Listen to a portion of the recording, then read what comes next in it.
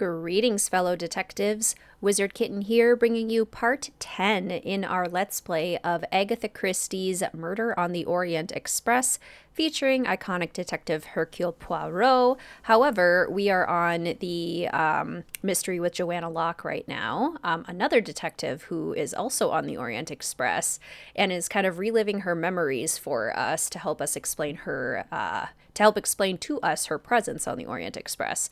So we're back in her memories at this cabin where we solved the kidnapping case of Daisy Armstrong, and we found this journalist creeping around at the scene of the crime.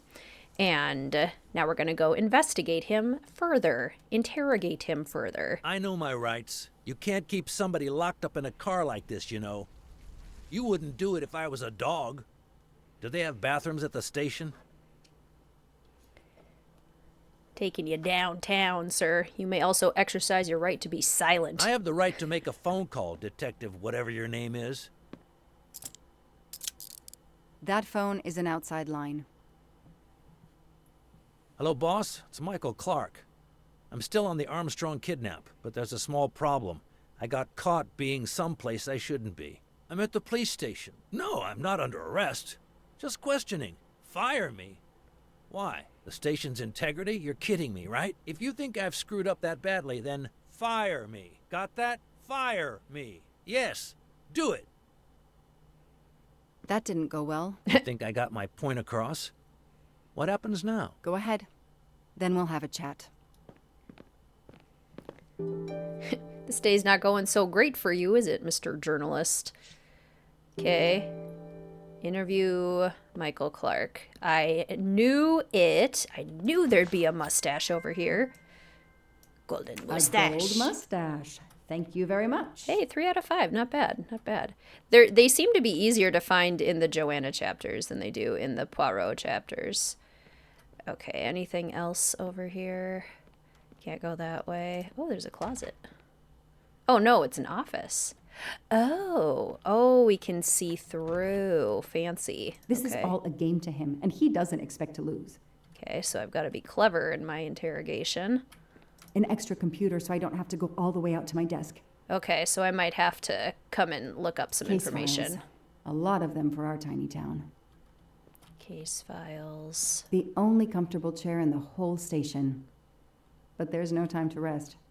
I'll add these to the file. Anything that will erase Clark's smile. Fingerprints. Okay, so we've booked them, Dano. All right, I think we're ready to go interrogate.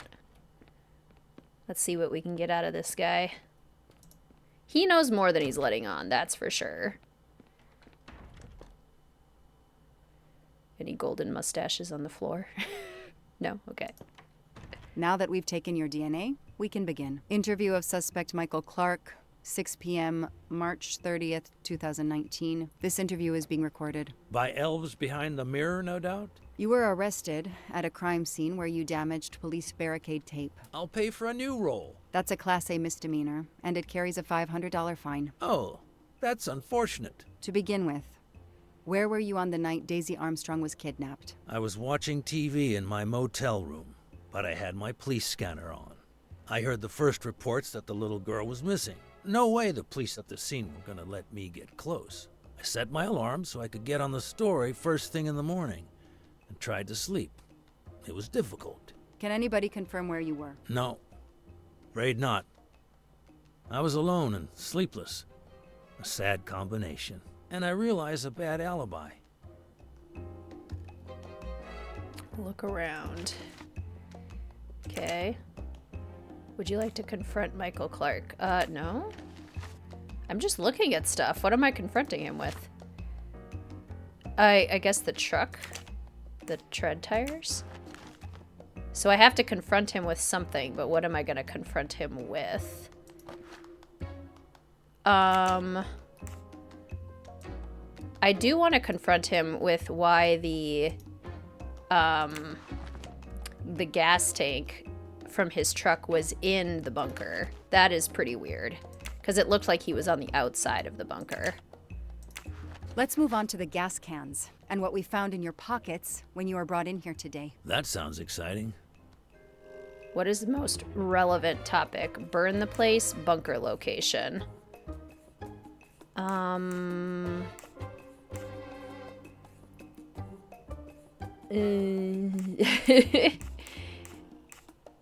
did you know there was a bunker at the end of the property? How did your forensic team miss it? They were concentrated on the cabin. It was pitch black out there. Small-town cops with small-town minds. I'm sorry, that was unkind. You know, I'm a bit like you. My job is to find something a news program's viewers want to see. You do it for justice. I do it for money. I just have more flair than you. I know you're lying, Mr. Clark. I followed your footprints from the cabin, and they led directly to the bunker. It was very well hidden. You had to know it was there. Think whatever you want, Detective. Okay. Can I ask him about the burning the place down? I don't know. Let's ask him about these. The truck seems suspicious.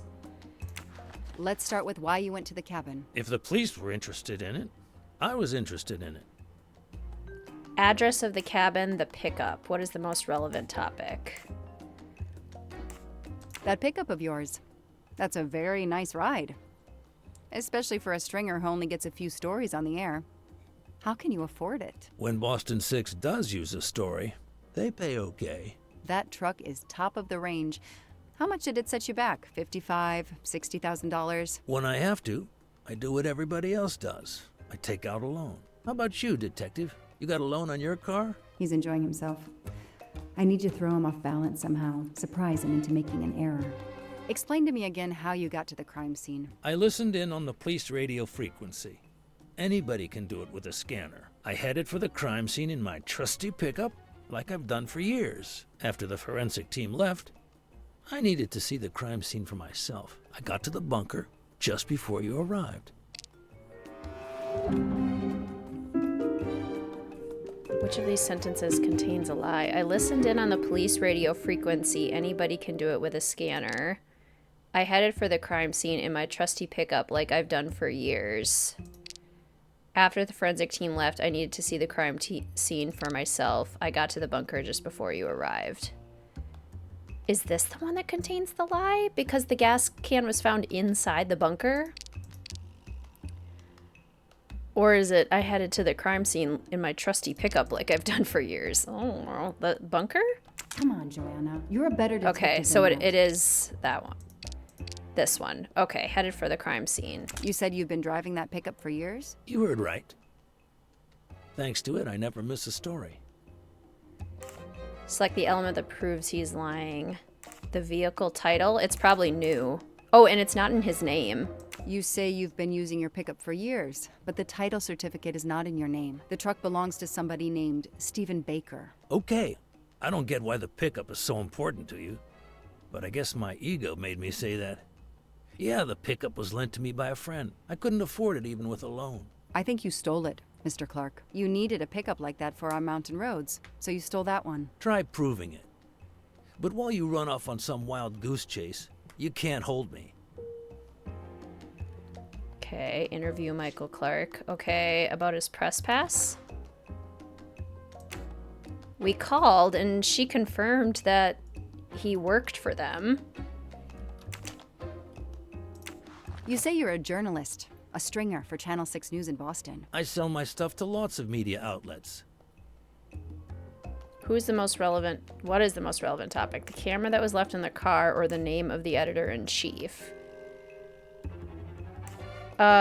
Prove that he knows the name of the editor-in-chief, maybe? Oh gosh, this is tough. This one's tough. How is your editor doing? Last time we spoke, she was fine. But that was months ago. What's her name again? I work for lots of stations and lots of editors. She knows your name, but you don't remember hers? I'm not great with names. It's Kelly Johnson. Oh yeah, Kelly. I just made that name up. Good for you. Her name is Abby Wilson. Mr. Clark, you lie like you breathe. Huh. Well, that was mean. He thinks he's invincible. I need to play his ego. That's the key. What are you doing in the Berkshires? And what is your connection to the Armstrong case? For the past few months, I've been working on a big case. Boston 6 News was looking forward to my next story. The Armstrongs have been on my list of potential targets for a long time. I changed gears when Daisy was kidnapped and started investigating the Armstrongs. For the past few months, I've been working on a big case. Boston 6 News was looking forward to my next story. I don't think they knew what your next story was. The Armstrongs have been on my list of potential targets for a long time. I changed gears when Daisy was kidnapped. I don't think they knew what your story was. I need proof, Oh. not guesswork. The Armstrongs have been on my list of potential targets for a long time? Where's a lie detector when you need one? Ooh, I'm not doing great at this. I changed gears when Daisy was kidnapped and started investigating the Armstrongs.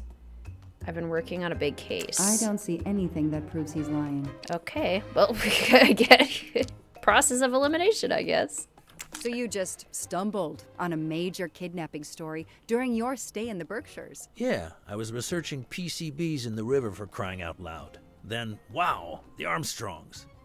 That's not a Science Sunday report. That's a lead. Sometimes you just get lucky. Select the element that proves he's lying. He was taking pictures of them before the kidnapping. Your camera in the pickup. There were photos of Daisy from before she was kidnapped. The Armstrongs are a famous family, like the Kennedys or Hollywood couples. Gossip sites love them. People want to see how they live. I started out just stealing candid shots. Paparazzi live on getting that one exclusive shot. Steamy, intimate, whatever. Then when the kidnapping happened, I realized I was here first. What an opportunity. And I jumped at it. You have an answer for everything. You're not very good at this, are you? How long have you been on the job? Long enough to put you away for life. If you killed that little girl. I know that Clark is lying. I need to reconstruct the whole sequence of events in order to understand what happened. Okay.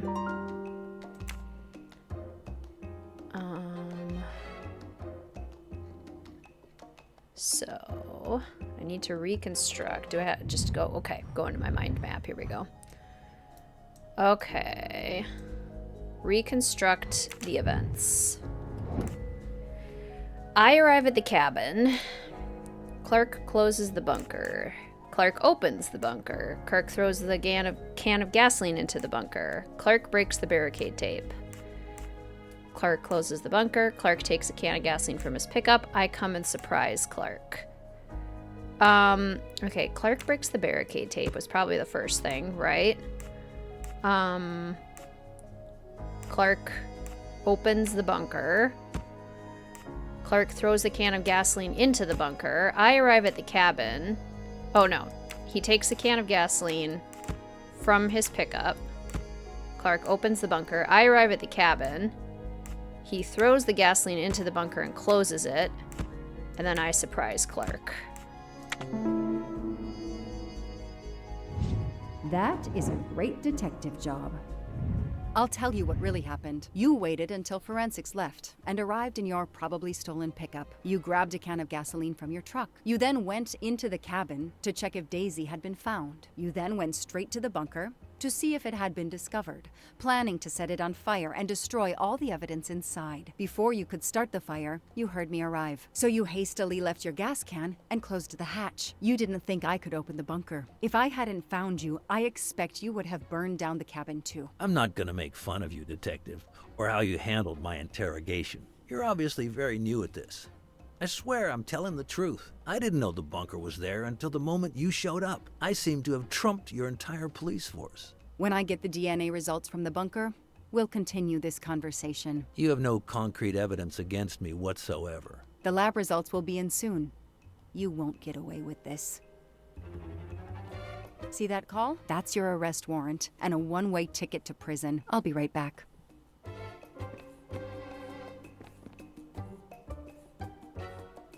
Hello, sir. I think I found the man who kidnapped Daisy Armstrong. I'm interrogating him now. Hold on, Detective Locke. I have some bad news. Someone set fire to the cabin in the bunker. The fire department is on the scene, but they say it's too late. That's impossible. My suspect has been in the interrogation room with me all evening. We can't hold him. Suzanne Moreau. Her fingerprints are on the wine bottle found in the cabin. We also found an unknown person's fingerprints, but they don't match your suspects. Sir, with all due respect, I'm convinced Michael Clark is involved. Detective, I'm cutting you some slack already. But we cannot hold your suspect simply because you're convinced he's guilty. We have evidence that Suzanne was working with an accomplice, Noah Garrity. I order you to release the reporter and arrest this Moreau. Let me just check my last lead. The DNA analysis of the hair found in the bunker safe. The results just came in. I know how hard this is. Okay. Get the DNA results. Detective Locke, I will give you 1 hour maximum. Then you close the file and arrest Suzanne Moreau. Thank you, sir. That's the nanny, right? Ask Clark about his accomplice. Do we have anything we can, like, look up? An extra computer so I don't have to go all the way out to my desk. No, I think I just have to ask Clark about his accomplice. So someone else burned down the cabin for him. Or that's my theory, at least. Who did you call earlier? An editor from the Boston 6 News. An editor you repeatedly said should fire you. That was your accomplice, wasn't it? You were telling him to start the fire. An accomplice? Choose the name of Ratchet's accomplice, Noah or Jonas. I know it was Noah you called. I'm saying nothing more without the presence of my lawyer. Stay right where you are. I'm not done with you yet. Wow. Do I hear grounds for a lawsuit? Some poor innocent woman is being accused instead of you. You set her up, didn't you? You have to let me go, Detective. All I need is one more phone call to the lab. I know it's you, and I'm going to prove it. Hello, this is Joanna Locke. I need the results of the DNA test I asked you for. Hi, Detective. Sorry, we only have the DNA sequence. We haven't had time to compare it with the suspects yet. It'll take 7 more hours. I'm sorry, but you are not the only one on the waiting list. Send your analysis to my computer in the office. I'll do the comparison myself. I need authorization. I have a murderer who is going to walk free unless I get those results now. Fine, we'll send it to you right away, but I'll have to log this. It's my last chance. Okay, compare the DNA results. Unknown DNA found in the cabin. Evidence file number 152. Unknown hair found at the crime scene. Michael Clark, Suzanne Moreau. So I'm supposed to, like, match the DNA. Let's see. Well, there's a triple C. Do we have a triple C anywhere?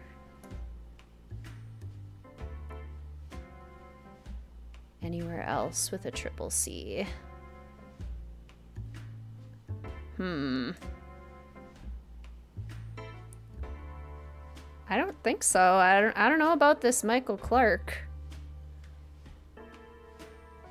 Doesn't look like his DNA matches, although that matches. But not all of it. Okay, what about Suzanne Moreau? Does she have any easily identifiable ones? How about Cat? We can do Cat. Here's Cat. Is Cat anywhere else? I like this very peppy music to listen to while I'm trying to find DNA that confirms a murderer. Let's see, Cat.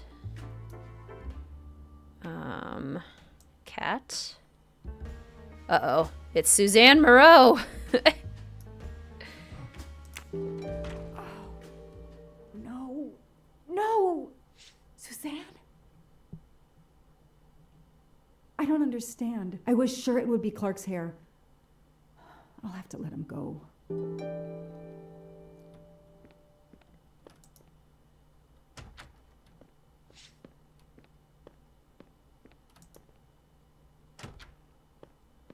Yeah, that's what the evidence says. You can leave. Sorry it didn't work out for you, Detective. Maybe you should consider a career change. We are not done. Oh, but we are, my dear. We are done. I had no choice but to return to the Armstrong house to arrest Suzanne Moreau.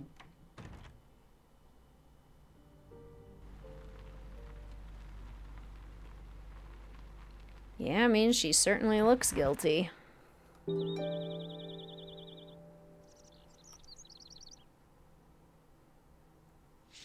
The arrest warrant for Suzanne Moreau. Suzanne was set up by Clark and Noah. They are the kidnappers, but I'm not giving up. When Suzanne comes up for trial, I will fight for her defense. But for now, the district attorney is in charge. If I want to stay a detective, he always has the last word. That's what my gut tells me, at least.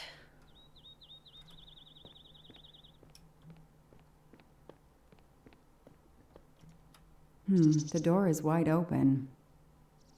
How strange. Yeah, that doesn't bode well. I hope I'm not about to... Hey, is anyone there? Miss Moreau? I hope I'm not about to Miss Moreau? This is Detective Locke. come up on another murder scene. Tying up loose ends. I don't see... I'm looking for golden mustaches. I don't see any down here.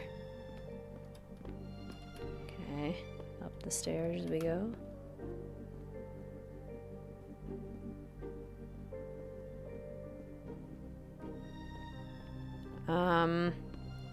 This is where the dad was before.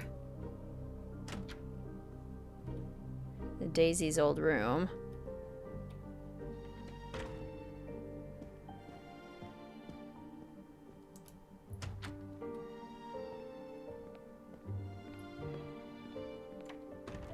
Hello. Uh-oh. Oh dear.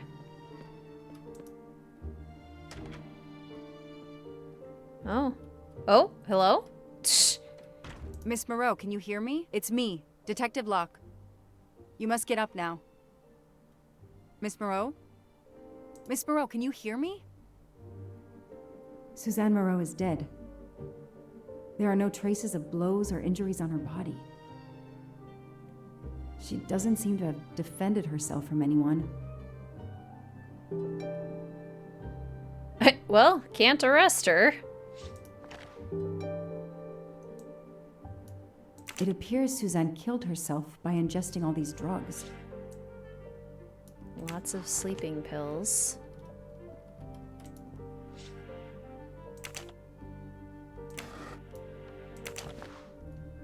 We saw this before, her book of Les Miserables. Her glasses are missing. Yeah, that's weird.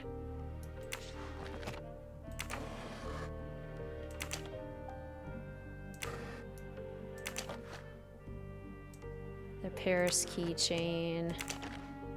The tissues from before. And this is where the key to her diary was before. It's not here now.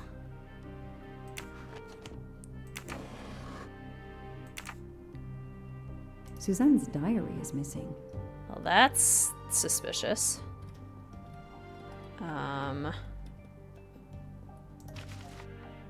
Dear Miss Moreau, please forgive this letter. Dr. Adams has been unable to reach you for several days. We wanted to let you know that your mother passed peacefully during the night of Saturday, March 29th. Please contact us if you would like assistance with the arrangements for her or if there's anything else we can do. Sincerely, Adele Franklin, Associate Administrator. Suzanne was telling the truth about her mother. I think we knew that. She just was using her as an excuse for the call. I killed Daisy. I was scared she would tell if I released her from the cabin alive. I can't live with myself and what I've done. Hashtag pray for Daisy. It's the nanny. She's responsible for that poor child's death.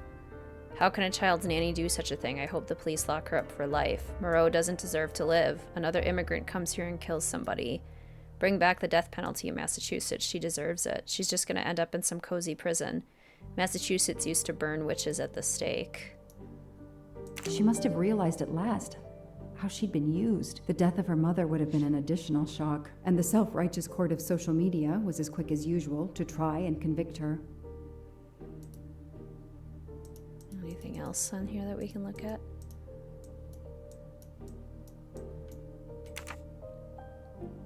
I called the district attorney to inform him. This is Detective Locke, sir. I'm at the Armstrong house. Have you arrested Suzanne Moreau? She's dead, sir. Apparent suicide, but I need a forensics team. She killed herself out of remorse for her part in the crime. We don't know that yet. I'm calling forensics now, but I wanted you to know. What a mess. Stay on site until forensics arrive. Yes, sir. Standing by. The investigation was officially closed. I was certain that she was innocent, and Clark had been responsible for 4 deaths and then vanished into thin air. With $1 million. Dollars marked, though, and not easily spent. I didn't care if the case was officially closed. I swore, Mr. Poirot, whatever it took, I would hunt him down.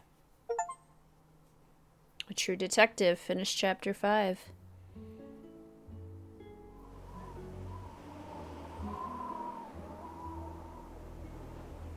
Back to the train.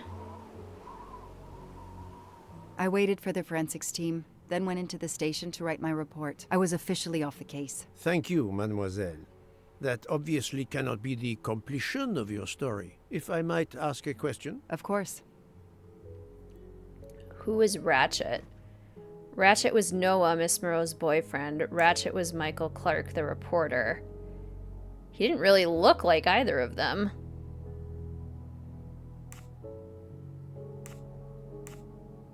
He didn't look like Michael Clark, the reporter.